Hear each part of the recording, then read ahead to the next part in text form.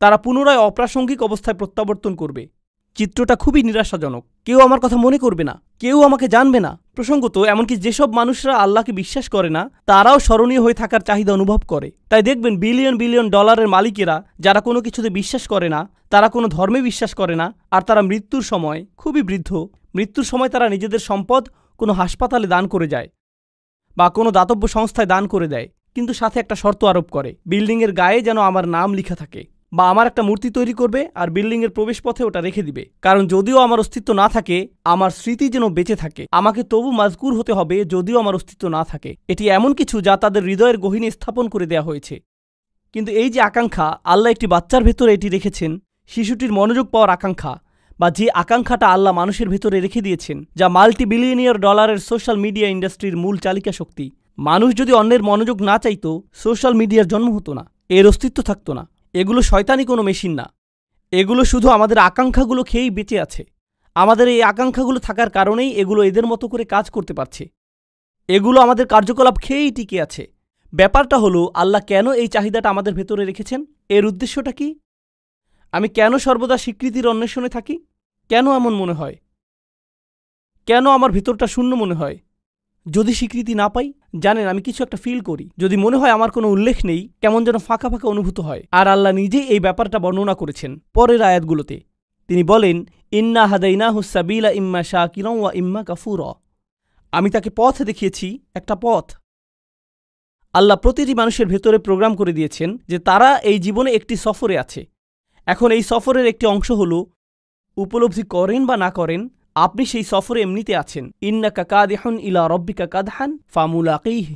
প্রতিটি দিন অতিক্রান্ত হয়ে যাচ্ছে। জীবন একটি সফর। প্রতিটি মানুষ মৃত্যুর দিকে এক পা দু পা করে এগিয়ে যাচ্ছে। আমাদের প্রত্যেক দিন আগের দিনের চেয়ে মৃত্যুর আরেকটিও নিকটে। সেই ভ্রমণ স্বয়ংক্রিয়ভাবে এগিয়ে চলছে। এখানে আমার আপনার কোনো নিয়ন্ত্রণ নেই। আল্লাহ ইতোমধ্যে এটা ঠিক করে দিয়েছেন। কিন্তু এছাড়াও রয়েছে আরেকটি সফর। আমার জীবনের সফর নয়, বরং আমার হৃদয়ের ভেতরের এবং আমার মস্তিষ্কের ভেতরের সফর। আল্লাহ চান আমরা যেন আল্লাহর দিকে প্রত্যাবর্তন করার একটা সফর করি। আমরা আল্লাহর কাছ থেকে এসেছি, আমরা আল্লাহর জন্য। আর আল্লাহ চান আমরা যেন ইচ্ছে করেই আল্লাহর পথের দিকে ফেরার একটা সংকল্প করি, আমাদের মাথায়, আমাদের অন্তরে। কিন্তু আমাদের মন অন্য কারো কাছ থেকে স্বীকৃতি পাওয়ার নেশায় বুঁদ হয়ে আছে। এটা অন্য মানুষদের কাছে গ্রহণযোগ্যতা পেতে চায়।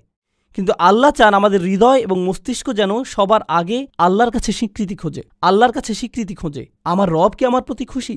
আমার রব কি আমার ভালো কাজটির দিকে তাকিয়ে খুশি হয়েছেন? আমার এই সেবা দেখে কি আমার রব খুশি হয়েছেন? আমি কি আমার জীবন এমনভাবে অতিবাহিত করেছি যে একদিন যখন এই ভ্রমণের সমাপ্তি হবে, তখন তার সাথে আমার সাক্ষাতের সুযোগ হবে? তিনি বলেন, ইম্মা শাকিরান। আল্লাহ মানুষকে এই সফরে এগিয়ে যাওয়ার সামর্থ্য দিয়ে সৃষ্টি করেছেন। আপনি আমাদের প্রত্যেকের জন্য রয়েছে দুইটি পছন্দের বিষয়। হয় আমরা কৃতজ্ঞ, অথবা আমরা চরম অকৃতজ্ঞ। ইম্মা শাকিরান ওয়া ইম্মা কাফুরা। চলুন সাধারণ ভাষায় কৃতজ্ঞতার অর্থ বোঝার চেষ্টা করি কিছুটা। যদি আমি আমার ছেলেকে একটি বাইসাইকেল কিনে দেই, আর সে বলল, থ্যাংক ইউ, ধন্যবাদ বাবা। আমি তাকে বাইসাইকেল কিনে দিলাম, কিন্তু সে জীবনেও এটাতে চড়েনি। সে বাড়ির এক পাশে এটি ফেলে রাখল, কাপড় দিয়ে মুড়িয়ে রাখল। এখন ওই থ্যাংক ইউর কোনো অর্থ নেই। কেন? কারণ সে যদি সাইকেলটি প্রতিদিন চালাতো, পরিষ্কার করত, প্রতিদিনের যত্ন নিত, তখন আমি বলতাম আমার ছেলে সাইকেলের জন্য কৃতজ্ঞ। কিন্তু সে যদি কখনো এটি ব্যবহার না করে ফেলে রাখে, সে যতই সাইকেলের জন্য ধন্যবাদ দিক না কেন, এটা কোনো ব্যাপার না। সাইকেলটা যে পড়ে থেকে ধুলাবালি সংগ্রহ করছে, তাই তার কথাগুলো ফাঁকা বুলি ছাড়া আর কিছুই না। এর নাম কৃতজ্ঞতা নয়। সহজে বোঝা গেল তো? যখন আল্লাহ আমাকে হেদায়েত দিয়েছেন, আল্লাহ আমাকে এই জীবনের একটি লক্ষ্য দিয়েছেন, আর আল্লাহ বলছেন, তুমি কি এই হেদায়েতের জন্য কৃতজ্ঞ হবে? আমি কি সেই হেদায়েতের জন্য কৃতজ্ঞ হব নাকি হব না?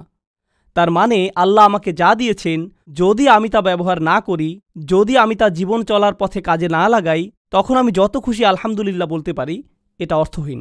আমি তো উপহারটি ব্যবহার করছি না, আমি কোনোভাবেই এটি কাজে লাগাচ্ছি না। এটাই হলো ইম্মা শাকিরান ওয়া ইম্মা কাফুরা।